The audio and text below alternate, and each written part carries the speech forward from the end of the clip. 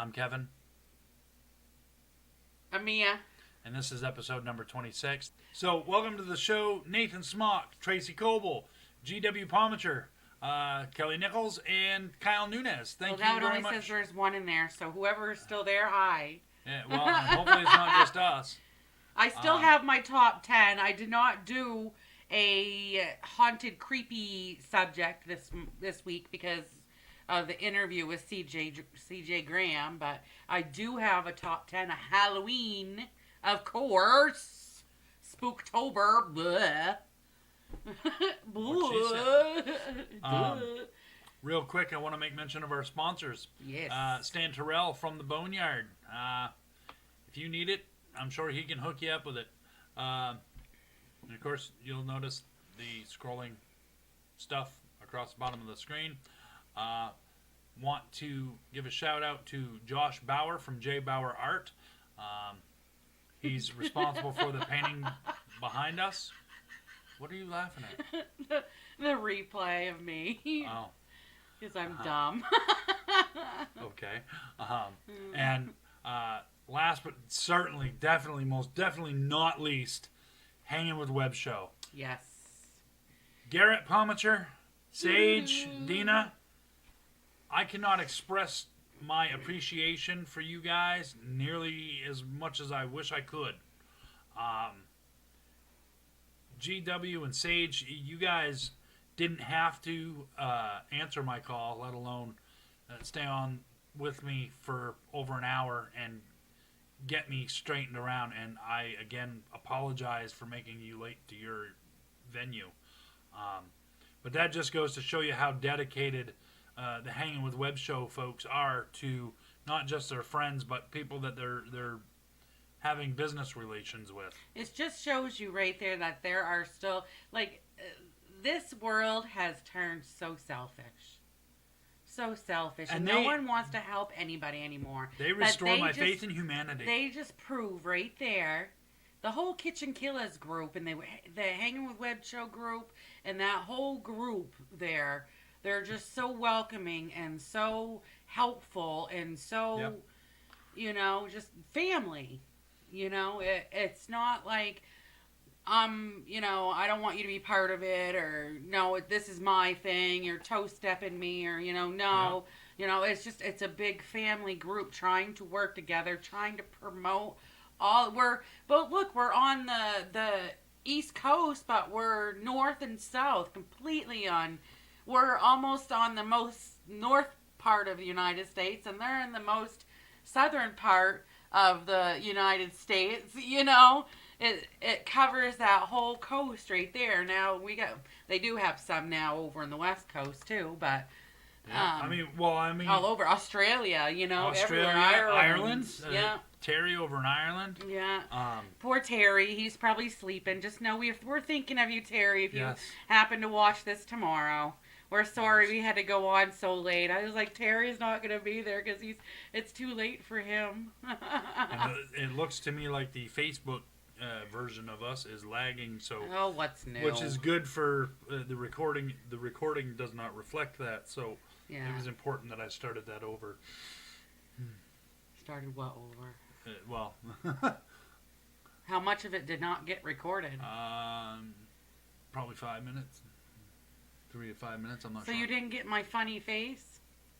Oh, no, not on recording. You'll have to download that from Facebook. It's alright, whatever. Oh, yeah. I forgot. Jules is in here. Hello, Jules. Yes, welcome to the show, Jules. Thank you for joining us. How do we sound? Yes, can you hear us? Because when we were trying to talk with CJ, it was very muffled. Yeah, we had to raise our voices. Yeah. And I don't like having to yell at my guests. It seems like everybody's talking to us. No one said anything yet. No, nobody said anything, but they don't usually say if it sounds distorted either. Did you see our latest Snow Falls trailer? Yes, Jules, I did, and I loved it. That was so much better than the first one you gave me. I mean, don't get me wrong. The first one you gave me was good, but much, much better. Yeah. Jules, that trailer looked badass. I haven't seen it yet. I'll have to check it out. Yeah, Snow It's a new Falls. trailer? Oh yeah. You didn't share it, did you? Well, no, I didn't share it, but Oh, he usually shares that stuff, so it's his fault, Jules. I didn't see it. we'll Why just not? say it's his fault. Everything's my fault. Well, it is. What the hell? Why not? Anything All right. technology-wise is your fault. But yet you're our social media person.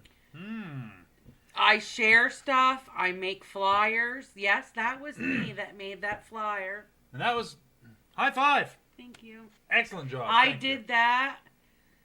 I don't know how long I was on the phone with Shannon. An hour and a half. It took me to make that flyer. It was pretty good.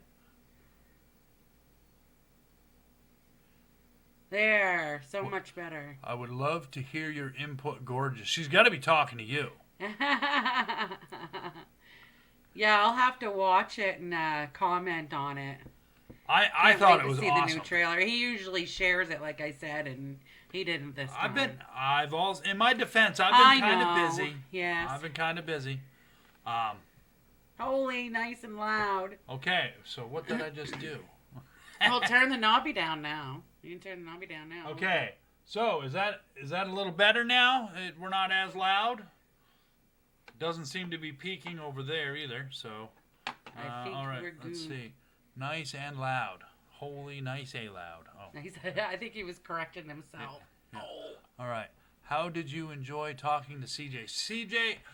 He is Jules, such a great guy. He's so Wow. down to earth, and we were having technical problems. Bad. Before we almost rescheduled it because it was just so frustrating, and he was getting so mad. I don't get involved when he's frustrating and fighting with technology because I just step away because it makes me angry. And yeah, but he was so cool about it, and we shot the interview, and we'll have to edit it in with the rest of this later. Tomorrow. It'll get edited before Saturday. Thank you. It's too late for my mouth to be talking. Yeah, well, we are running later than normal. My mouth is like, hey, it's 10 o'clock now. We should be shut up and watching a movie by now. Yeah.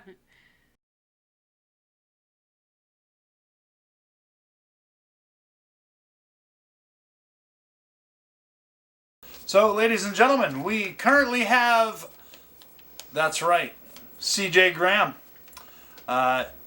He has graciously agreed to allow us to interview him. So, welcome to the show, CJ. Thank you so much for joining us. And my first question, I'm gonna just jump right into it. I know that you spent 4 years in the military. I'm wondering, what branch of the military was that? I spent 4 years in the Army. I was in the Army 45 years ago. So if you calculate the math, 74. So I'm what you consider Vietnam era. Vietnam was over in 75. We started bringing troops home in 72, 73. But the conflict, the campaign wasn't actually put to rest until April of 1975. So we are categorized as Vietnam era / Cold War. And the reason for that is to be a Vietnam vet, you have to have stepped on soil. So there are a lot of, Vietnam era soldiers because Vietnam actually started the conflict in 1959. Steve Dash, good friend of mine that passed away last year, played Jason #2. Steve was in the military in the early 60s. He spent his time in Germany, and he would still be considered Vietnam era. First and foremost, I want to thank you so much for your service to our country. You were actually, from 74 to 78, you were in the military. I was born in 74, so that goes to show you how young I am. And how much more hair I've got. I know, right? Right? How ironic is that? And You look the same as you were when you were born, buddy. Bald. pretty much, pretty much, yep. Slash. I gotta say, you look totally different with the beard and the long hair. Yeah, we just finished a few months back that just came out, the fan film Vengeance, and I was honored. They asked me to play Jason Voorhees' father, Elias, and it was the first time anybody has ever seen Elias Voorhees other than a comic book or in the storyline. And so for me to characterize growing a beard for 4 months, and they used the real cool looking wig that was put together, even though it's a fan film of quality, I'll always be the original only person that's ever played Elias Voorhees up to this point. Yeah. Absolutely, and we kind of jumped ahead with the vengeance conversation because that was coming. But since we've already touched on that, they came to you and asked you if you would do it, and obviously you agreed. And I gotta say, I watched that movie probably 5 times back to back. I'm a crazy Jason fan, not like psychotic crazy, but well, I don't know, maybe. I watched it twice with you. And your role was phenomenal. I mean, for a fan film, I can't even say for a fan film, because to me that wasn't just a fan film. That was a very, very well done film. Yeah, I think, Jeremy Brown, Jason Brooks, and Dustin, they all worked for a couple of years to put it together. And they shot about a year, I would believe, in the making of shooting. And I've got to give them credit because, they went out and they sought some actors and actresses that, could enhance the film, like Steve Dash, Tom McLaughlin, the writer-director of Part 6, myself. And they brought people in that wanted to participate in the franchise for the fans more than they did as a monetary reward, because a fan film is funded by the fans. What small fees they were going to give myself and Steve Dash also, Steve and I agreed to just donate it back to their cause, which was the Shriners Children's Hospital. And so for us, it wasn't about the money, but the fans that have been so loyal, that legion of fans for the 3 going on 4 decades, and to be appreciative. Like you said, you were barely born when I was in the military. With all due respect, I have people come up to me today that are 8, 9 years old that are just in awe about Jason. That's another generation coming through in another decade that'll be expendable income that they can go out and actually buy their own photos and things and continue to watch the series. So for me to participate, it was really nice. The Jason character is always going to be Jason. Jason Brooks stepped into the role this time.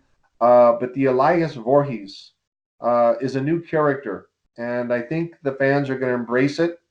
And the fan film concept, you could categorize it as a fan film, but the technology that was used is equal and better in some ways than your normal studio technology.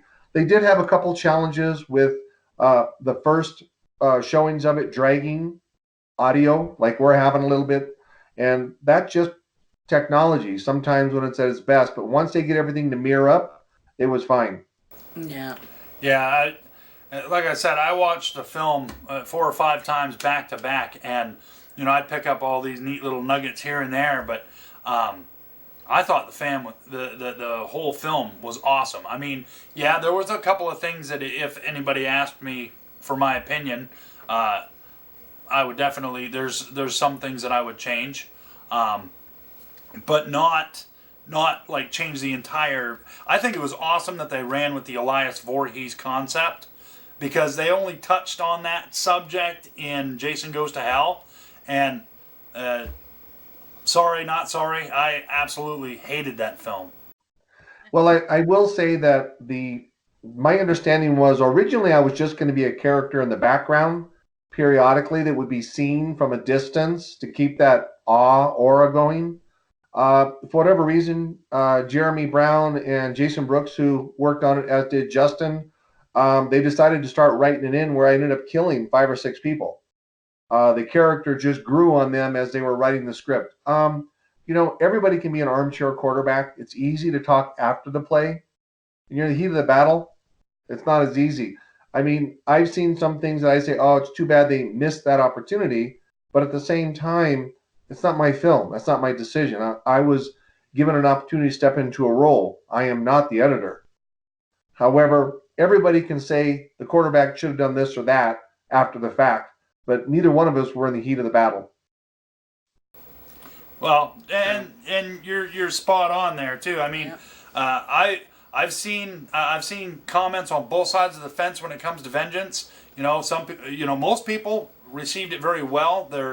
They think it was very well done, and then I've heard some not so pleasant things, and I've wanted to jump to the defense of Vengeance, but then I have to remind myself, hey, this is America, and everybody is entitled to their opinion. If you don't like the film, that's fine. Don't like the film, say what you will about it. You're entitled to your opinion. Just don't be derogatory about it when you're critiquing it. Well, I think, again, everybody's an armchair quarterback. To critique it, you've either got to get up and go do your own, Right. or you sit back and say, that was cool. They had some guts. I couldn't have done that. I know a lot of people that can't sing worth a crap, and they get up and do karaoke. But you know what? You ain't going to catch me up there doing karaoke no matter how good I am. So I always say, I don't have the guts to do what they're doing. So God bless them for getting up there without the voice. So I have a very similar opinion. So I don't critique. I could critique the heck out of films if I wanted to, fan films and films. That's not my career. I'm an outsider looking in through the front porch. And, if I wanted to be engaged that heavily, I would be a producer or a director or a screenwriter. I'm not.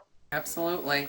Well, you're a hell of an actor, and it was good to see that you were in a film where you actually had some lines. I mean, I know you've been in other films where you've had lines, but I'm saying in a Friday the 13th setting where you were actually able to speak. Yeah, the nice thing about it was the character really wasn't. It was more of a subdued character. There wasn't supposed to be a dynamic energy. In fact, it's maybe 10 steps above Jason as a character, with the same motion, the same disposition, but chosen words. I always kind of refer back to a Rambo. Rambo doesn't say a lot, but what he does say, you get it. Right. Absolutely, yeah. So, let's see. Great, we got company. So, how long have you been an actor, CJ? Well, I started, I got this part in 1986. And it wasn't a career choice by choice. It was a career by accident. So, am I an actor? I think every career is acting. I don't care if you're a doctor selling cars. I don't care if you're doing landscaping. You have to act. You have to present yourself to sell the product that you have to deliver. I just happen to be of mass quality, 6'3", 250 pounds, and a little cocky. And I was not a stunt man, and that's what they were looking for. However, I had the physicality, what they were looking for, and I felt confident I could deliver on the stunts. Thank goodness the stunt director, who's a stunt man himself, Michael Nomad, and Tom McLaughlin, the director, had the same confidence in me that I could deliver, a no-name stunt guy to, have my back set on fire, be underwater, breathing off regulators, going through doors and doing all these different stunts without hurting anybody around me. That actually leads to one of my questions that I was going to ask. Please, go ahead. Did you get injured at all during the filming of either Vengeance or Friday the 13th Part 6? If I did, I don't recall. And part of it was because you're on such a high when you're doing this, you don't feel the fact. I don't recall really getting hurt other than bumps, bruises. Of course, when you're 20 feet underwater breathing off regulators all night, you're cold. Being set on fire, it's much more dramatic to some people that have had to do it on the ground. I was like almost up to my butt in water. So they gelled my back up, and I would step back, light myself on fire, and come to a point where I felt I was cooking, and I just dunked myself underwater, and I was out. So I didn't have to rely upon anybody else for my safety at that time but me, which is kind of a nice safety valve, so to speak. Yeah. But other than bruises and bumps and a few this and that, you know what? I was really the person in control because I was picking up the actors and actresses and throwing them around. And they were much more of a stunt person than I. They trusted me, and that was the cool part. I mean, they physically trusted me to throw their face into a camera, to physically lunge a real knife at their head and stop it, so then we could go to a dummy knife and reverse it. Um, so when you think about that, I mean, the actors and actresses I worked with were very transparent and very confident in my ability, which just added to my hand and eye control. Right. Now, Very trusting. Very much. now, if you watch Friday the 13th Part 6 on Hulu, or not Hulu, Amazon, they have these little trivia things that pop up on the screen, and I wanted to call Amazon and say you're wrong, because they swear up and down that the knife that you used in that scene was fake. And I was like, no. I heard it come out of CJ's mouth himself that was a real knife. Yeah, the knife that we used up until I stop it in front of Tommy is a real knife. Yeah. After that, everything is put in backwards and I pull it out. So up to that point, it's a real blade. Wow. And throughout the film, I carried a real blade that was in my pouch. And you, if I'm not mistaken, you actually still have that knife in your possession, don't you? I have that, and I have one hockey mask from the opening scene, the James Bond scene I've kept. Nice. Nice. So let's see. So was Friday the 13th Part 6 your first acting job? Yes. Okay. Now, I know the story of how you got the gig as Jason. You were a bouncer at a nightclub. Is that correct? It's close. I was I was the general manager of a 15,000 square foot nightclub, and every Thursday night I had a hypnotist on stage, which was one of our acts throughout the week. And the hypnotist decided to bring in an outside filming agency to film his show so he could put together a promotional tape so he could put it out there to get more jobs, maybe go to Las Vegas with his show. This is before hypnotists were what they are today, technically on the Las Vegas Strip. And his name was Jack. Well, Jack happened to hire a company called Real Effects, Reel, Real Effects. It just happens Real Effects were the people that did all the special effects for Part 4. Oh, nice. And when they came in, they said, hey, Jack, let's add a horror part of it, and we'll use CJ, look at his big ass, and we've got the wardrobe from Part 4, Ted White. And the rest is history. And that's how you got the part dumped on you. Right. Well, and to be fair, and I always say full disclosure, I was up with another gentleman for the part. I originally didn't get the part. Wow. Yeah, I see your eyebrow going up. Not everybody knows that. I didn't actually get the first part. It was another person who was a full-blown stunt man. However, when the dailies came back, the one scene that the person that was in, they weren't overly satisfied with the performance, the way it projected, the physicality on stage. And this was on a Friday. I get a call to come back to Paramount Studios. And by Monday morning, I was in Covington, Georgia, putting on the wardrobe to assume the role. Because now, if I'm not mistaken, that's because they did not find the other actor or stuntman to be as imposing or as intimidating. Well, my understanding was, again, the physicality was not there when the person was on stage and wasn't delivering what they felt they were looking for. Again, their interpretation is priority, not mine. My physicality is a little different than most. I mean, I'm big. I walk naturally like a soldier. I enter a room as though I own it.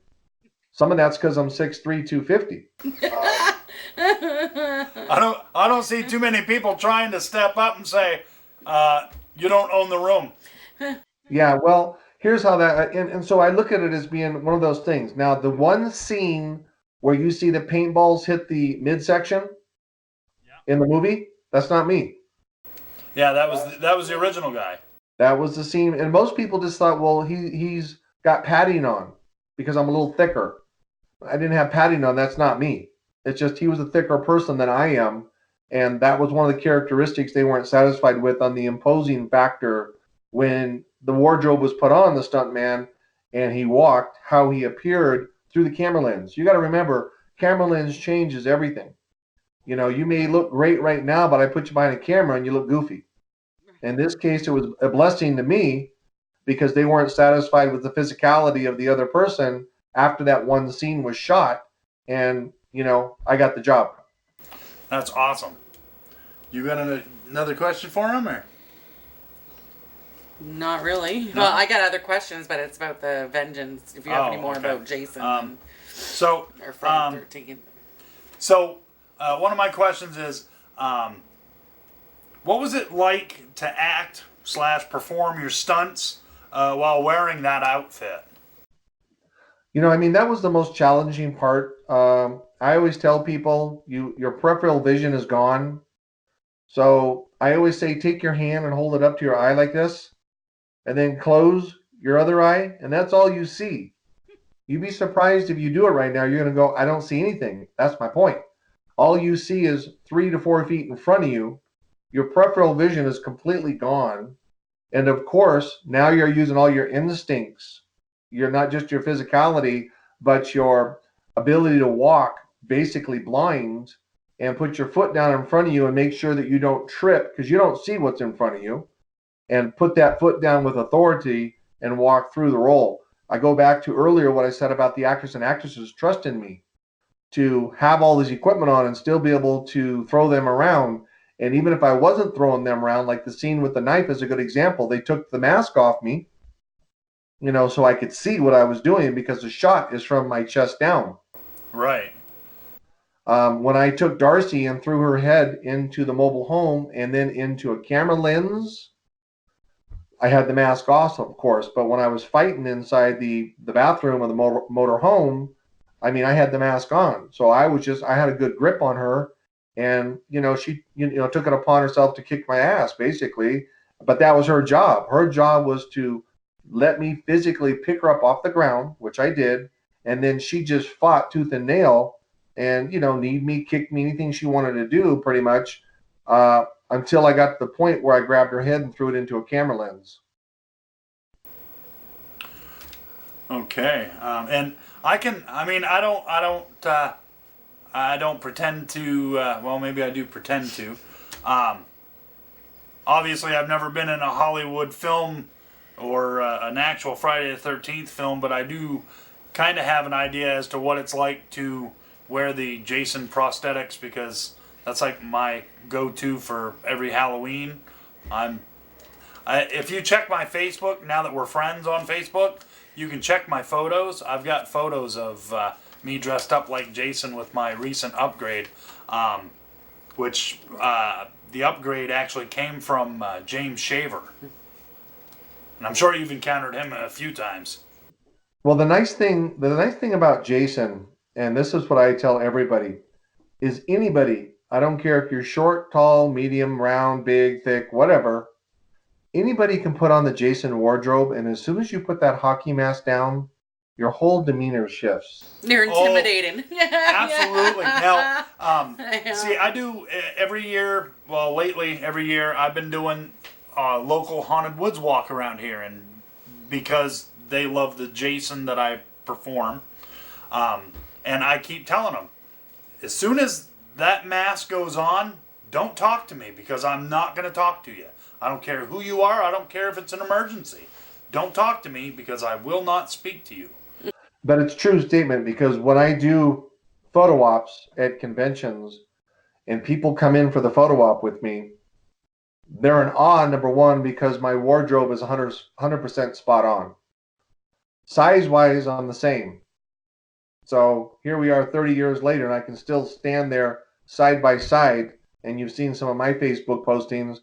It's the same as in the movie, like I just stepped out of the movie. They're not worried about this, as long as the physicality, the shoulders, waist, everything stays in perspective.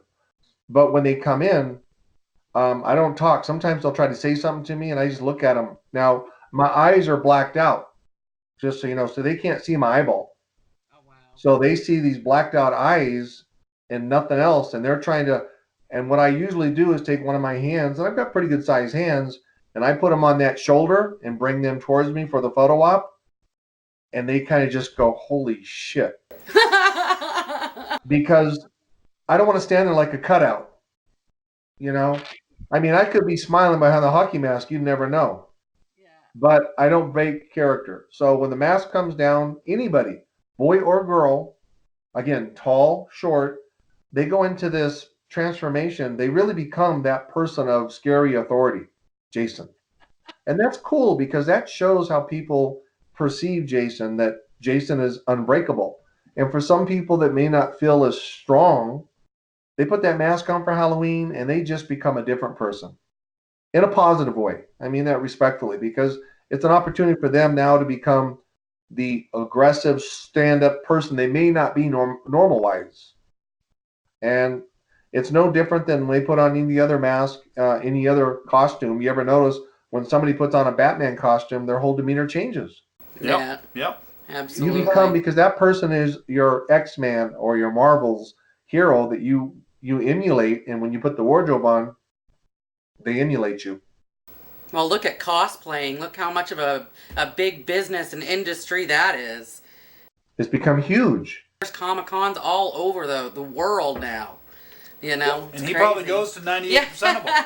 That's awesome. One of these days we'll go.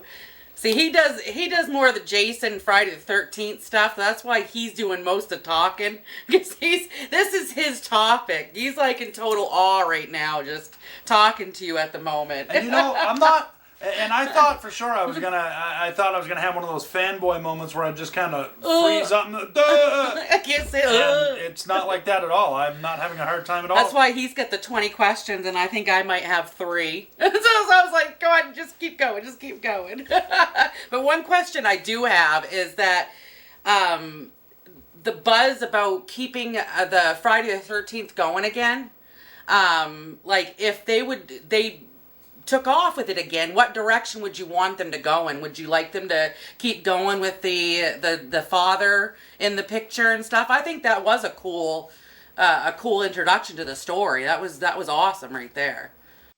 Well, you know, I everybody's an armchair quarterback is what I say. So my opinion is like everybody's ass. Everybody's got one.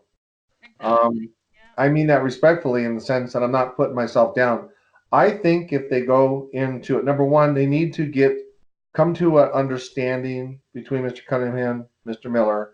I understand their control factors and who's what. I get that. I respect that. However, you've got fans out there that have been loyal for over 3 decades. It's been about 10 years since a film's been out, and you owe the fans something because your fans have given you the opportunity to fight about what you're fighting about. If they didn't care about your film, and you hadn't made money and become so popular, you wouldn't have what you have today from that film. Now, they're both very successful businessmen in their rights. They really are. And they're both great characters. They're good guys.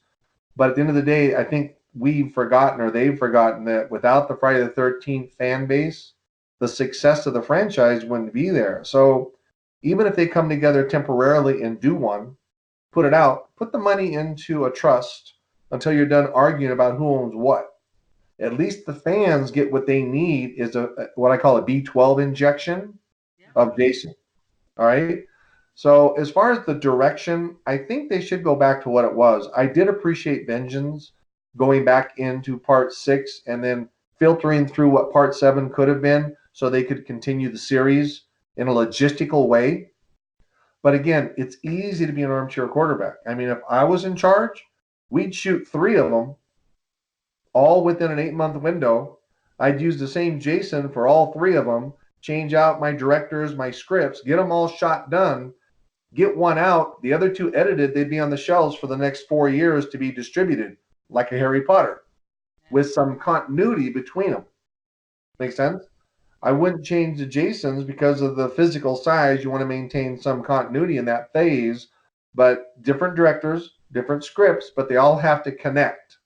Yeah. So it really could be addressed. I mean, that's an opinion, but it's easy to have an opinion. Personally, I think it'd be fun in the next one to bring all of the Jasons into it as a character and watch either Derek Mears, Kane Hodder, or myself as Jason kill all the Jasons. How cool would that be? Because, well, think about it. Everybody wants to know who Ari is. Well, I think about that. Well, who's Ari? Well, Ari was part 1. Ari is a great rock and roll singer. So all of a sudden there's a band on stage. Ari's the lead singer, and he gets whacked by the new Jason. How cool is that? What about taking a look at, Ted White? What about taking a look at Tom? What about if, hypothetically, if Ken doesn't doing, Ken played Jason versus Freddy, all of a sudden Ken is a bus driver and he gets whacked by the new Jason. I think the fans are going to come do it because they want to see what the faces of the Jasons look like historically before the new Jason, whoever that may be, takes over. That's a good idea. Yeah. Now that's just me, and it's easy to be an armchair quarterback because I don't have to put 15 million into it. But I think the fans would embrace that for the next turnaround. Plus, don't forget the next one technically is part 13. You better do it right. Right. Yeah, Yeah, well, exactly. 13. Yeah. They Friday said 13, that 13. about. They said that about. Well, they've said that about just about every other film that they've done. Oh, you better do it right. And not to veer off of the Friday the 13th subject, but look at what happened in Nightmare on Elm Street when they used Jackie Earle Haley and not Robert Englund. I mean, I know they weren't shooting to get Robert Englund in that role, but when you've had one person who's played that role and it's a distinctive face, Yeah. that's a hard one to pull off. Right. Well, I mean, I look at it as Derek Mears did a great job. He played it in 2009. Derek's played a lot of different parts, Predator and other things along his path. And, he's got a passion. He loves improv. He's a good guy. I think he got married this past year, so he's doing really well. Kane Hodder did 4 of them. Again, Ken did a great job with Freddy versus Jason. I think whomever they decide, they should take in consistency. If you could shoot 2 or 3 of them in a row while you've already got the production companies out, you already got the lighting, you've already got the transportation. It's just a matter of changing out directors and scripts and the principal actors and actresses. I think there's an opportunity to really put it on the map for the next 15 years or 10 years and create what it has become, an iconic image. Yeah. And that to me, that would be the smart way to do it. But what do I know? You're just a fan, right? Yeah, I'm just a fan. Yeah, but they should listen to the fans more. Again, I go back to my success running casino resorts as a general manager or chief operating officer is knowing my expertise and always trying to do what I could for my employees. When you've got 2,500 employees and their families depending on you to make good decisions, and a corporation or a tribe that you work for, a council, sometimes you have to really listen and put your head down to the ground to see what's going on and keep your head out of the clouds. And maybe we've missed that boat a little bit here. But like I said, Tom McLaughlin, the writer, director, just recently did some interviews. He's got a new script. He'd like to get in front of Mr. Miller and Mr. Cunningham.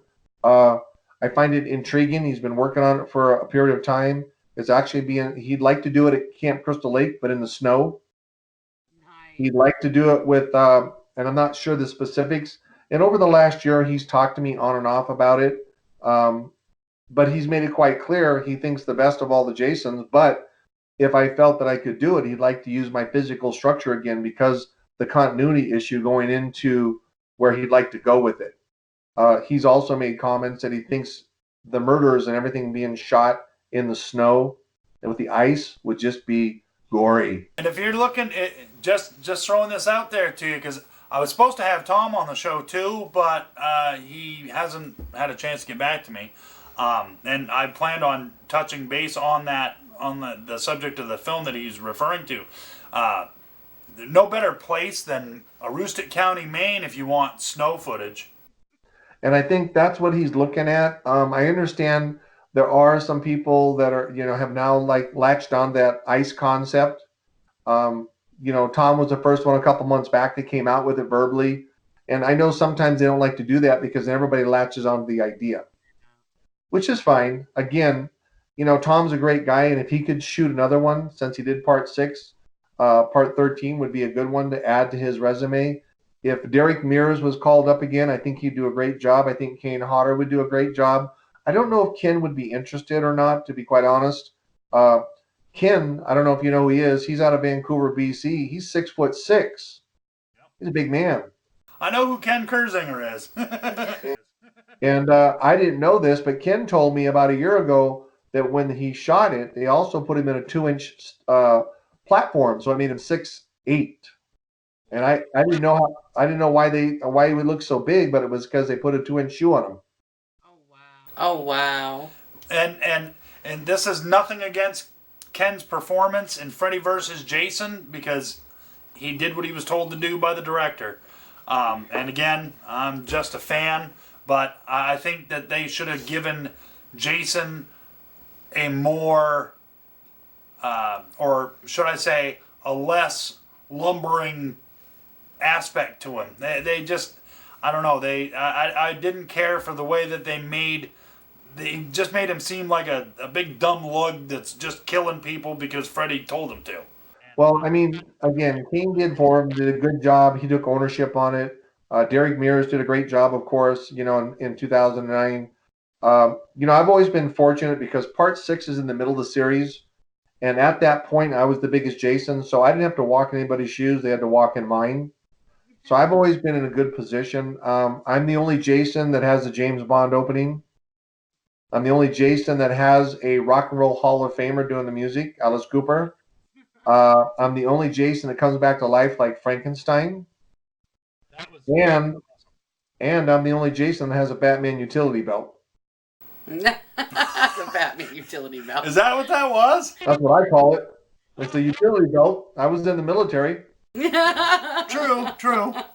So I mean, if you think about it, it's kind of a unique characteristic. Also, part 6 had no nudity. Yeah, because there was kids in it.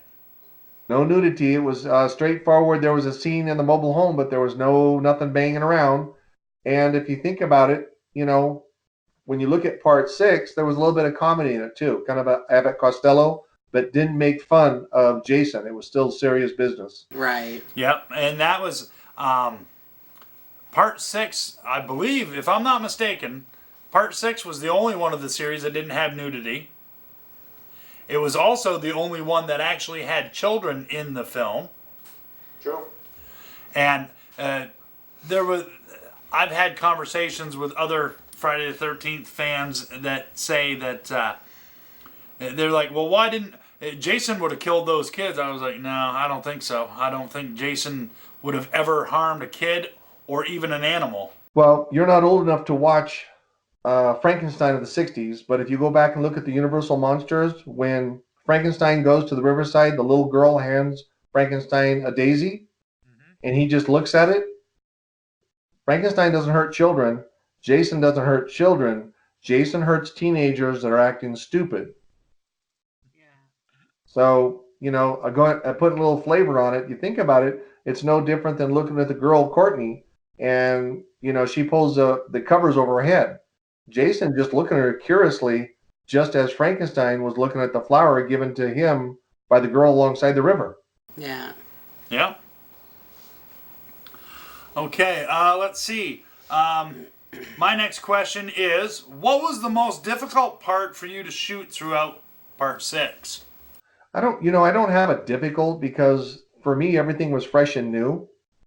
And I didn't find anything to be overly challenging. If anything, it was me fighting myself to make sure I could deliver a product of quality.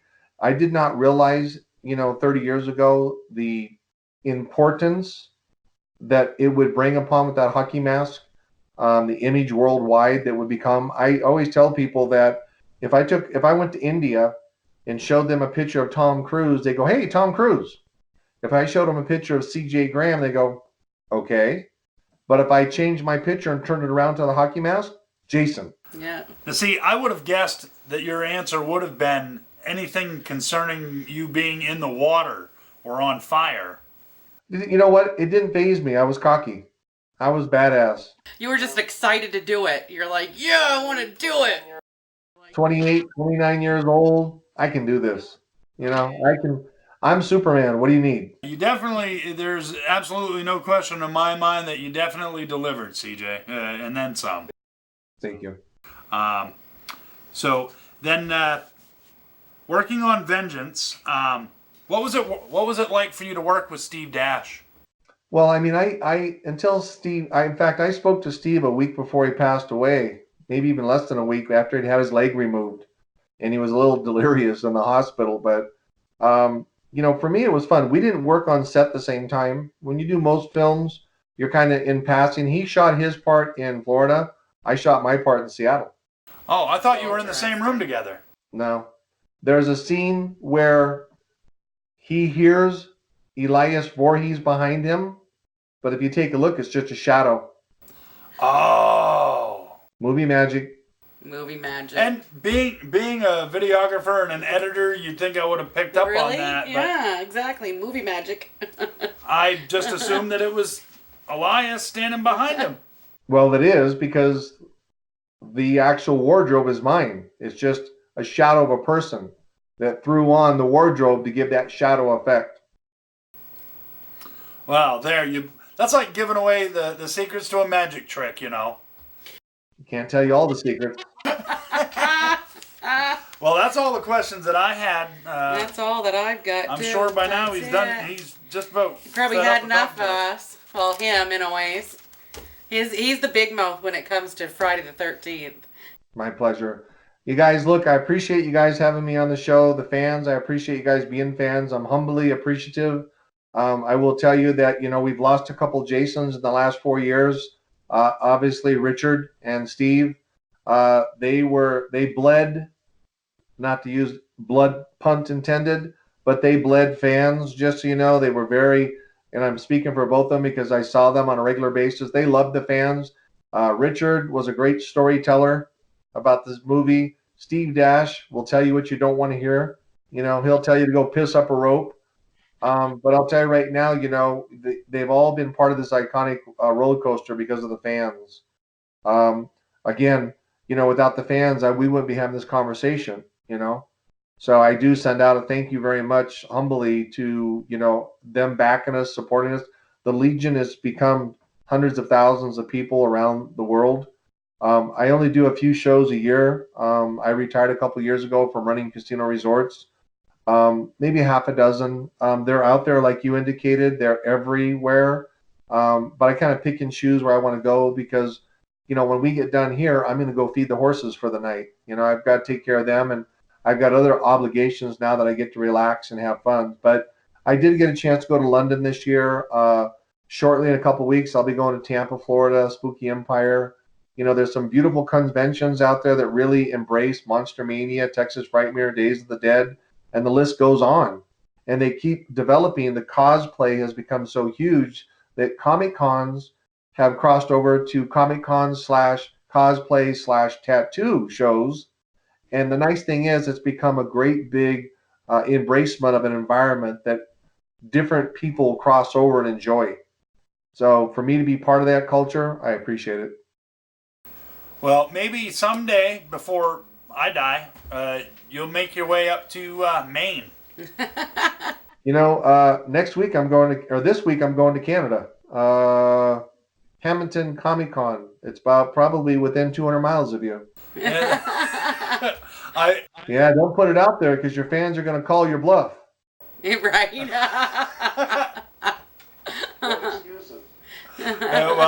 I have this crazy thing called traveling anxiety. So I try not to travel any more than absolutely necessary. But I do want, like, one of the things on my bucket list is to actually visit Camp Crystal Lake. And I do want to meet. I'd love to meet you in person, Kane Hodder in person. I wouldn't mind Derek Mears or any of the guys that have played Jason. I think that'd be totally badass. And I'm absolutely honored the fact that you accepted my friend request on Facebook. I got a little nervous this morning. I won't lie. When I messaged you, and I know that there's a 3-hour difference.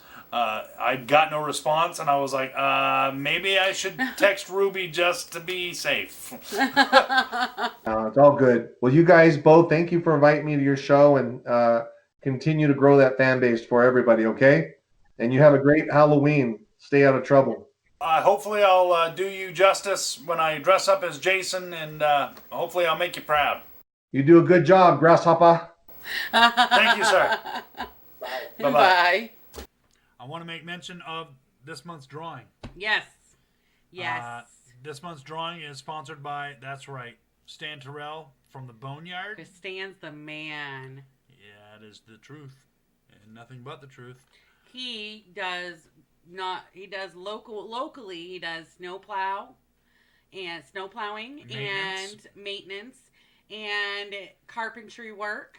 Carpentry, plumbing, that Plumbing, all falls all under that the kinds of maintenance. stuff. He also has his own store, the Boneyard. Yep, and you'll see the address for that. Scroll by. I'm pretty sure that's the direction it'll go. But if it doesn't go that way, then I'll come back this way. And He then sells it'll be- all kinds of leather goods, belts, Yes. wallets. Yes. Stupid cat, make me look bad. Stupid cats.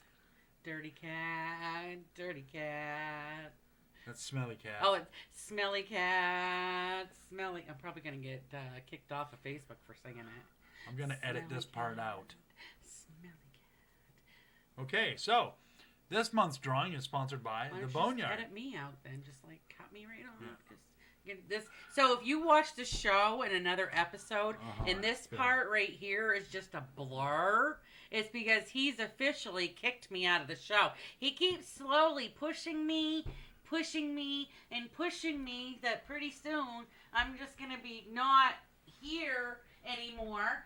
And then it's just going to be a blur. And it's just going to be main event with Kevin. No, because if Mia is not sitting there, Kevin's scooting They into the see middle. it at home. I mean, Kevin has like this much space. And Mia's like, hi, everybody. Welcome to the main event with Kevin and Mia. Okay, now I could have a rebuttal for this. You know, do you really want to go there? No. Do your thing. You were talking about the Yeah, 'cause drawing. nobody wants of to the hear mom. about all the behind the scenes equipment I have to operate. You guys are hilarious. Oh, hilarious. I have heard this man do nothing but bitch Oh for my god. 4 hours. What time did you get home? A little after 6? Hey. The audience is watching. I got a migraine. Seriously. Will you please tell them what they're going to win if they get picked? Okay, so and far, how they have to get picked? why is it when I talk you decide, oh, that's when I'm going to talk? Stop it. So, as of this morning, the Kevin B. Entertainment YouTube channel is up to 97 subscribers. We're 3 subscribers away from hitting our goal of 100 and getting our own custom URL. So, if you go subscribe to our YouTube channel, we will enter your name into the drawing. And this month's drawing is for an awesome American flag MIA POW patch. That's what I was referring to, the sewing, because you can sew that onto your clothes. That's an iron-on, though, I think, isn't it? I don't know. Oh man, I don't know. Yeah, Also, I think it's an iron. I think you this is a 3-for-1 deal, ladies and gentlemen. Also, oops, a wallet with a chain. Look at that. That's some sweet pickings right there. I want that, but Stan says no. So you can not only keep your wife on a short leash, but your wallet, too. If your dog and your wallet are both on a chain, You might be a redneck. might be a redneck. And last but certainly not least, this month's drawing includes, Boop-a-doo! and the hat says, if you love your freedom, thank a vet. Amen. So, to all of our vets out there, thank you so very much. We love and appreciate all of your sacrifices. James, you should hear the stuff that doesn't get recorded. You guys should are have heard us hilarious. fighting about the whole interview before the interview happened. That's why I just shut my mouth and sat in the other room. And yes, I'm a woman that no one knows when to shut her mouth. and stuff. I almost choked on that. I wanted to come out your nose. You tell too many more. Oh, wait, hold on. You tell too many more jokes like that. Hey, look what we got. They can't see it, though. Oh, well, let me fix that. They still Still can't see can't it. see it. Son of a- Fucking dork. Still can't see it. Oh, his little Dirty little bastard. drum kid. Oh, my Lord. So, yeah, when Mia says stuff that's funny, I ain't got no room. Don't hit buttons and push knobs. Okay, so, as you can see, here's the kit. So, every time she tells a joke, I can go and watch it break. Oh my goodness. What? See, it's been one of those days. But you know what? I'm okay with that. You can go back over here. Oh, I think we froze off. We'll go back to here. I think we froze. It we didn't freeze. It didn't freeze on the recording. It didn't freeze. We froze up. I think we froze up. Oh, Peter Anthony. Once again, Peter Anthony joins us. Thank you for joining us, Peter. It's nice Peter. to see your name there. Hello, Peter. Ba-dum. If you're looking for the interview with CJ Graham, Peter, you're gonna have to.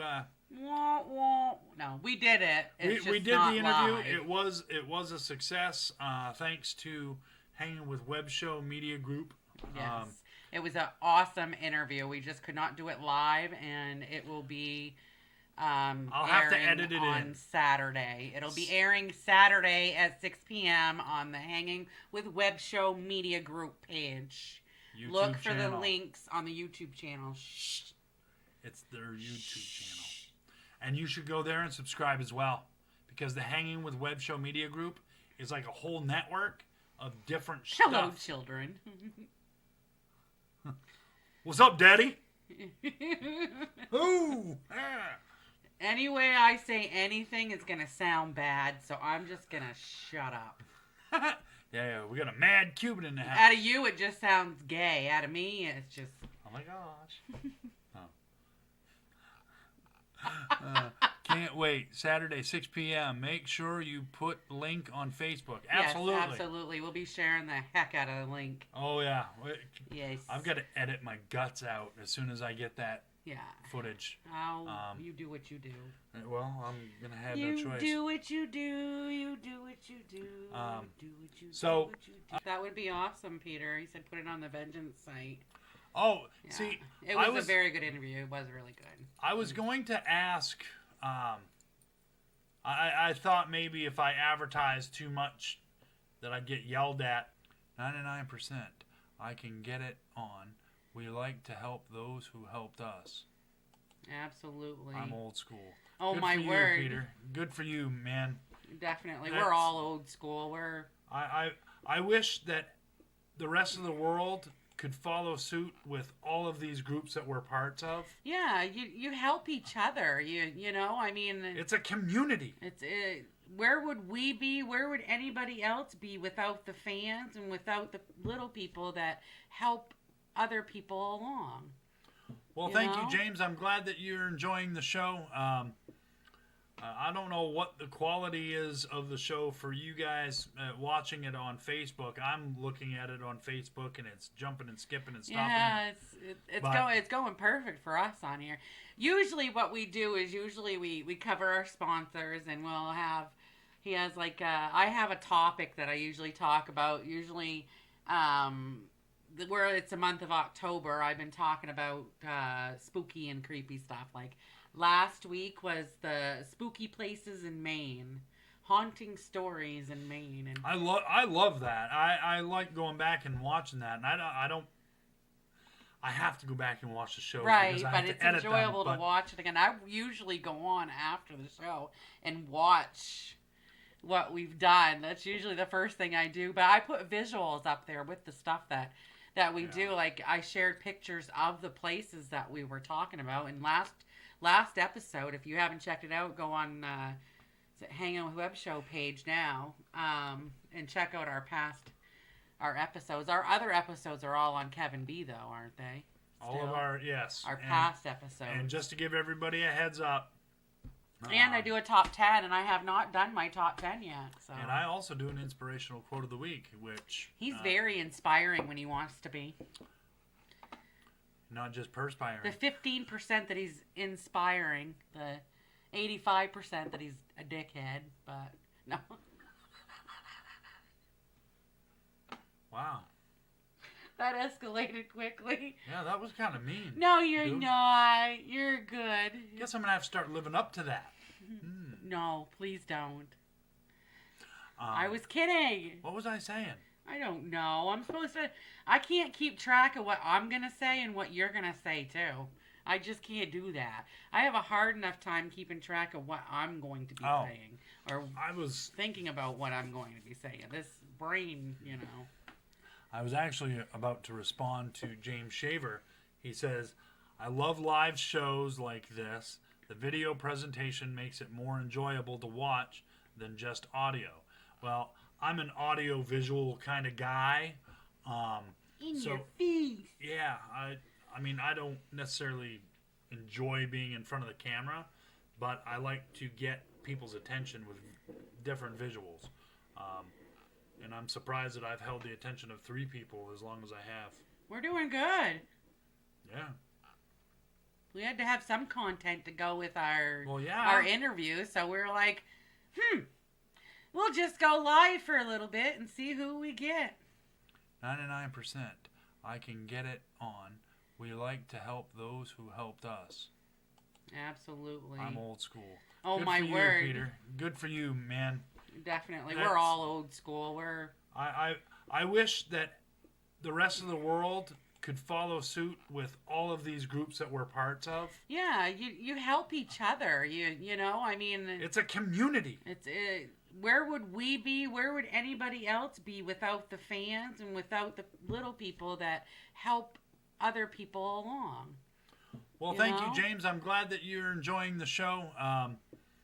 I don't know what the quality is of the show for you guys watching it on Facebook. I'm looking at it on Facebook, and it's jumping and skipping and stopping. Yeah, it's going perfect for us on here.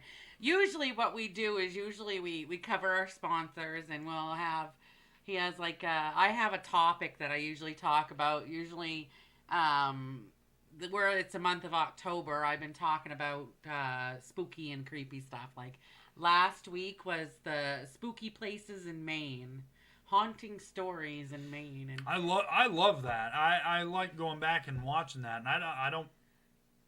I have to go back and watch the show, right? because I But have it's to edit enjoyable them, to watch it again. I usually go on after the show and watch what we've done. That's usually the first thing I do. But I put visuals up there with the stuff that we do. Like I shared pictures of the places that we were talking about. And last episode, if you haven't checked it out, go on Hangin with Web Show page now, and check out our episodes. Our other episodes are all on Kevin B, though, aren't they? all of our our past episodes. And just to give everybody a heads up. And I do a top 10, and I have not done my top 10 yet. So. And I also do an inspirational quote of the week, which... He's very inspiring when he wants to be. Not just perspiring. The 15% that he's inspiring, the 85% that he's a dickhead, but no. Wow. That escalated quickly. Yeah, that was kind of mean. No, you're dude. not. You're good. Guess I'm going to have to start living up to that. No, please don't. I was kidding. What was I saying? I don't know. I'm supposed to... I can't keep track of what I'm going to say and what you're going to say, too. I just can't do that. I have a hard enough time keeping track of what I'm going to be saying. Or I was thinking about what I'm going to be saying. This brain, you know. I was actually about to respond to James Shaver. He says, I love live shows like this. The video presentation makes it more enjoyable to watch than just audio. Well, I'm an audio visual kind of guy. In your face. Yeah, I mean, I don't necessarily enjoy being in front of the camera, but I like to get people's attention with different visuals. And I'm surprised that I've held the attention of 3 people as long as I have. We're doing good. Yeah. We had to have some content to go with our yeah. interview, so we were like, we'll just go live for a little bit and see who we get. Yeah. So, do remember that tonight's show is going to air this Saturday at 6 p.m. on the Hanging with Web Show Media Group YouTube channel. I will make sure that scrolls across the bottom of the screen, either that way or that way. Whichever way. Whichever way it's gonna go, it's gonna go. I think it's gonna go this way. You'll see it down here. Down below. Down below. Down below. See, look. Chicka, chicka, chicka, chicka, woo, woo. Chicka, chicka, chicka, chicka, woo. Okay. Wow. Anywho. Okay. Inspire us, Kevin B. Blood.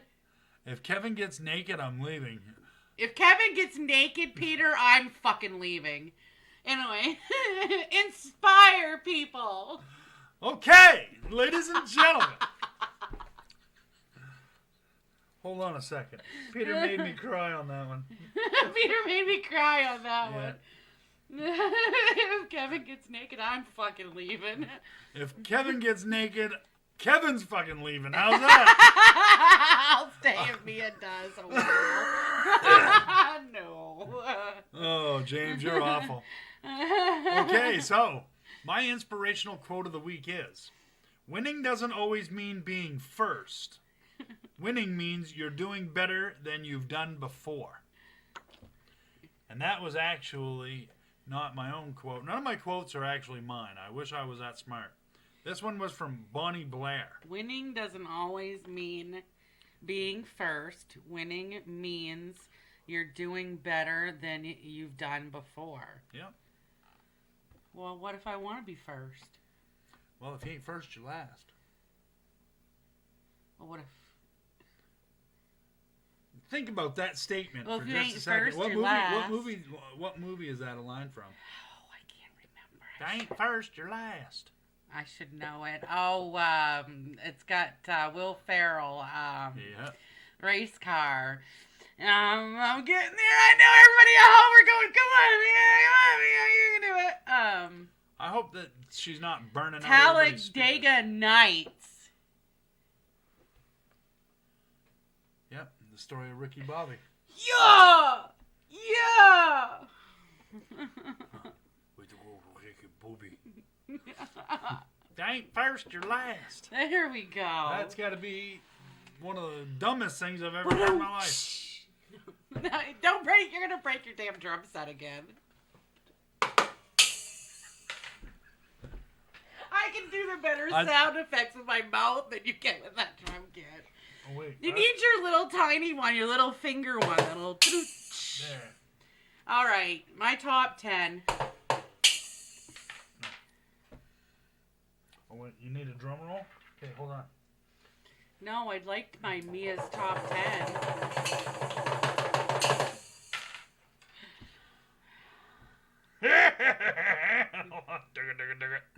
Alrighty then. Yes. Okay, so I guess it is now time for Mia's top 10. Ding ding. So to stick with the Halloween theme, I did top 10 odd Halloween facts. Now, some of these blew my mind. Don't you put that evil on me, Ricky. Yeah, that was the big guy. Don't you put that evil on me, Ricky. Okay, yeah. So to stick with the Halloween, the Spooktober month, Spooktober. I did the top 10 odd Halloween facts. Top 10 odd Halloween facts. Number 10. Halloween facts. Odd. You Sorry. must say odd. Top 10 Odd. odd Halloween facts. There you go. Number 10. Number 10. Did you know that jack-o'-lanterns were not made out of pumpkins first? They were actually made out of potatoes, beets, and turnips. I was gonna say potatoes. I actually saw a picture of A potato that was done up. Yeah, it was a potato, but this was pictured a few months ago. This was actually of a turnip. Turnips are creepier than the potatoes are creepy. Beets, I couldn't imagine. Beet would be hard to carve. You'd have to use, you'd have to. That would be pretty juicy. Some precision tools. Beets are pretty juicy. She said. I say juicy. Okay. Juicy. Number 9. This I did not know. This was a very interesting fact. We are all going to learn something new today about Halloween. Number 9. There is $1,000 fine for selling or using silly string in Hollywood on Halloween night. And this, I had to look this one up because, not everything, newsflash, not everything on the internet is true. So I have to, usually when I find something that I don't think it might be a little, I gotta look it up and figure it out. Well, in 2004, they decided to ban silly string in Hollywood. Because on Hollywood Boulevard, over 100,000 people gathered together, and they would all play with silly string. And between the heat and all the people trampling, it was a bitch to clean. Oh, well, yeah. It was melted right to the It's a bitch sidewalk. to clean. It no is. Matter where you're at. Parties and stuff. I never let my kids have any silly string at their birthday parties. No, but it sure is fun. It is fun. If there's a place that you really don't give a crap about, then go for it. Right. But yeah, in 2004 they banned it, so that was a legit thing, and it still goes on till today. And there's actually people that fought it too, that have fought. It's gone to court quite a few times. Fight the silly string wars. Fight because of the silly string. Because people, if they're caught even selling it, or if they're using it, if somebody's just visiting Hollywood and doesn't know that this is the law, and they get caught, it's either $1,000 or 6 months in jail. But I'm 6 months in jail. I was only planning on being here Just for 2-3 days. Freaking shooting silly string. But okay, number 8. The top 10 odd facts about Halloween. Number 8, Halloween actually comes from the Catholics. Now, a lot of rumors about the holidays and stuff is that a lot of the holidays came from the pagans. Like Easter and Christmas and stuff were actually... At the beginning of our show, we have a disclaimer that says we don't care about what, if you get butthurt or not. So, if you get butthurt about what I'm talking about, I don't care. But... that most of the holidays were taken, the Christians took them from the pagans. But Halloween was actually taken from the Catholics. The Catholics it's actually called Hallowmass or Hallowmass. And it's from October 31st until November 2nd. And they have bonfires and feasts and stuff like that to celebrate the saints and ones that have and to celebrate the loved ones that have passed on. But it's a big, it's a big to-do. Number 7, this one, I was watching a show about this just the other day, but fears of candy poisonings have gone unfounded. There's no scientific proof or no facts backing up that Halloween candy is poison or has razor blades in it. There is no facts. I mean, there was there was one rumor that started in the 1960s, but in the 1970s, there was a father that poisoned his son with a pixie stick on Halloween night. Did he put Drano in it? He put cyanide in it, actually. Oh. And I was actually watching a documentary about it was a series of a bunch of murderers, but he was one of his father. Or no, it was about urban legends. And it was talking about poison candy, and it actually was talking about exactly this, about it. Poison Halloween candy is really not. It hasn't been backed up with proof. It's just been a myth. It's an urban legend that, that the candy's going to be poison. And they even offer, if you don't know this, that most hospitals if there's parents watching this while their children are in bed or whatever, most hospitals will, for free, x-ray the candy if you're not sure. If you're not sure, if you think that there might be, just to ease their minds. So, in other words, you're afraid of your kid swallowing a needle, but let's just nuclear them. Yeah, let's put a bunch of radiation Yeah, let's in it. radiate them. That makes about as much sense as a submarine with a screen door. Well, some people don't think that. Of course, I don't know. You might get radiation from microwave oven too. So Yeah. I don't know. This number 6 is quite interesting too. Most of these, I've said this several times. Most of these are quite interesting. We have a question from the audience. Any truth to razor blades and apples? No, there's nothing out there that with razor blades and apples either. That's something that that's an urban legend plus I think the horror movies kind of did that too, eating. But no, there's nothing out there that I could find. I mean, I did mostly research in candy and stuff, and they said the whole razor blades, nails, needles, and stuff in candy. There's no proof out there of it, except for those where people were just being stupid, and it wasn't like, oops, some random kid got a candy, and oops, Yeah, I just couldn't imagine anybody doing that to a kid. Well, that's just like the people that I've been seeing, like the posts all over Facebook about the putting nails in dog treats at dog parks, so the dogs will eat the nails. I can see people doing that to animals. I'm not saying it's I know you're not saying it's okay. He's not saying it's okay. No, everybody. that's never okay to do stuff like okay. that. But I'm saying I could see somebody doing that to an animal over doing something like that to a child. Right. There are some sick people in the world. But then again, there's all kinds of crazy people out there. There's some people that I gave up trying to figure people out. But just flat out. anyways, number 6, like I said, this one's kind of interesting. Rumors, these are just rumors, but rumors are that between Halloween and certain members of the candy industry supposedly influenced daylight saving time, so kids could stay out longer collecting candy. Well, that doesn't even make sense because... Well, if you change... You fall back an hour. But you spring ahead, so you give an hour ahead, and they don't change the clocks until after Halloween. Mm-hmm. It's November. I think it's November 2nd. We change the clocks back. It's usually always after Halloween if you think about it, it is. It's usually after Halloween that you change the clocks back. So I never really thought about it. Extra hour of daylight. They're saying that supposedly between Halloween and the candy companies, they swayed the way on daylight savings time. Quite interesting, huh? That's why they're odd, interesting facts.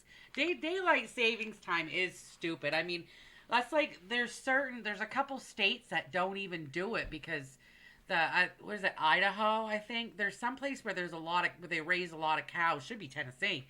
There's a lot of cows in Tennessee, but where they don't do this daylight savings time because livestock they're on their own clock, which is the sun and the moon and the universe, which we should all be, but and growing food and growing plants and stuff, they don't go by the sun and the way the universe, rotation of everything.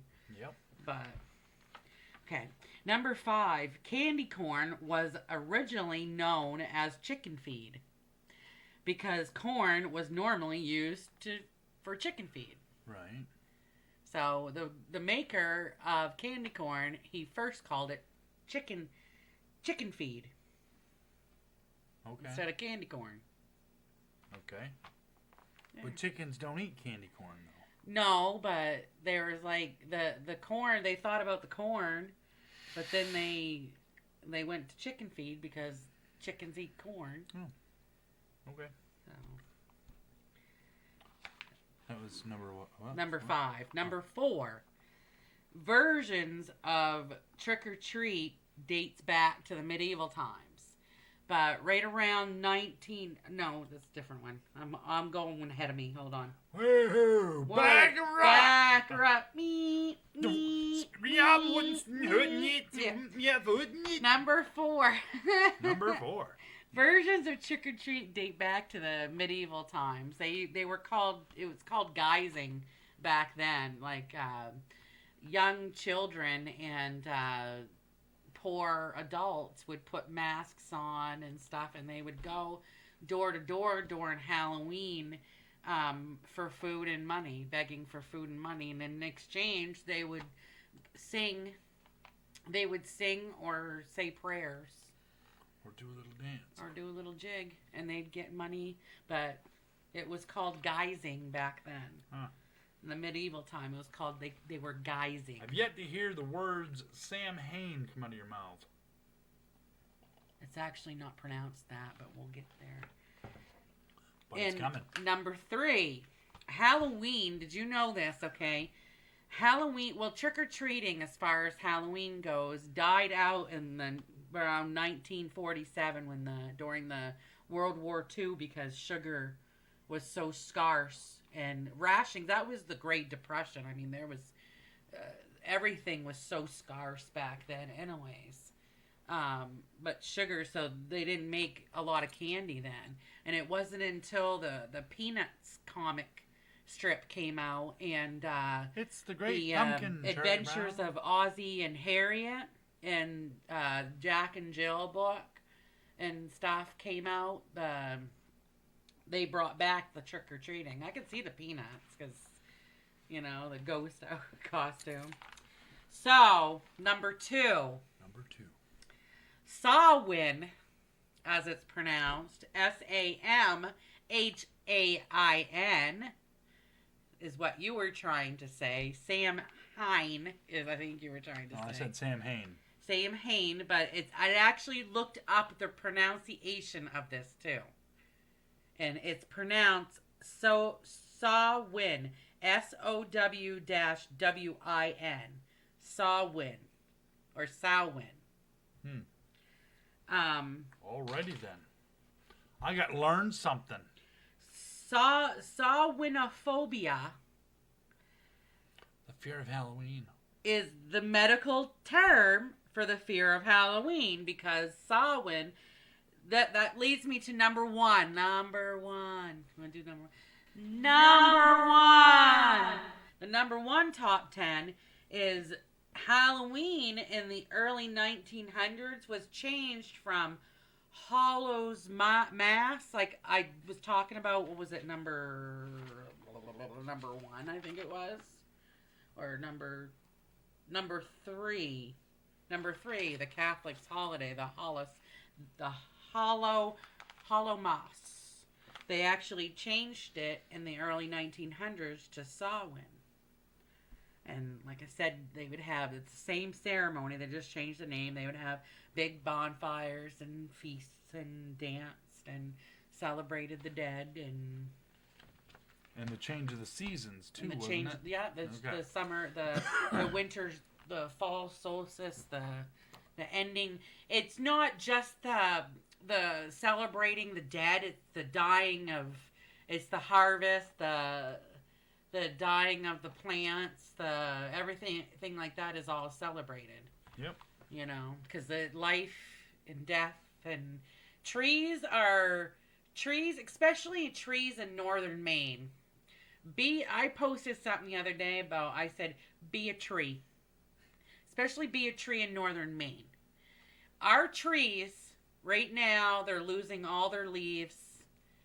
They're having to deal with the cold. I mean, we haven't hit the brutal cold yet. But they deal with snow. They get lambasted with snow, winds. They get pretty near almost knocked right over.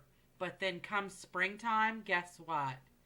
Springtime, they show us how beautiful they can be again. They grow their leaves. They grow their beautiful blossoms. After beating and thrashing all winter long and losing all their beauty, guess what? They get more beauty in the fall. They grow more beautiful, even more beautiful. More. Because they grow branches and stuff during the winter.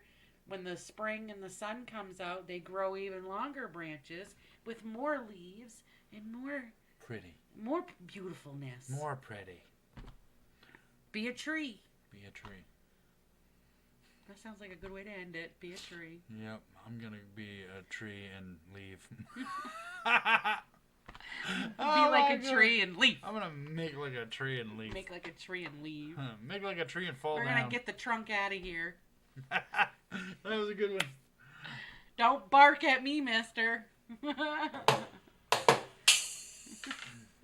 Okay, well, that's going to wrap it up for us for this Yes. week, ladies and gentlemen. Thanks for joining us. Yes, thank you all who joined us and who is listening later and Yes. who is on tomorrow and who is on the next day from now and whoever watches this from here on out. Thank you. We love you all. Without you, we wouldn't still be doing this. This is true. Well, we might be, but we'd only be doing it to ourselves. And, well, what fun is that? So, all right.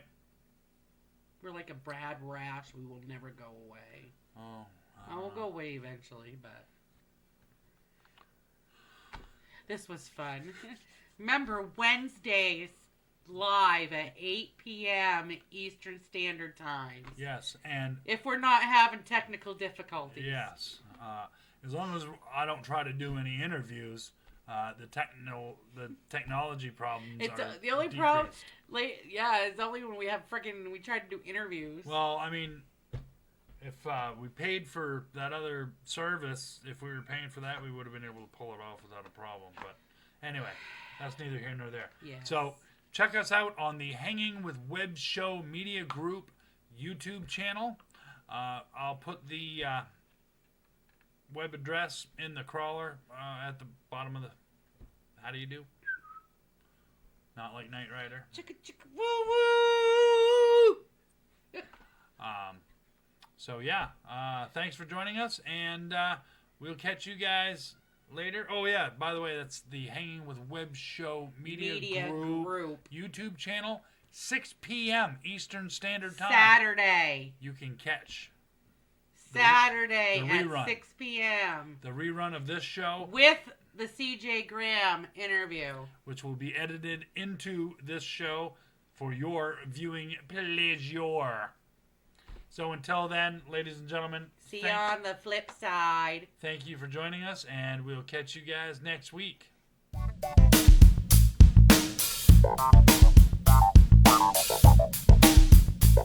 Thank you.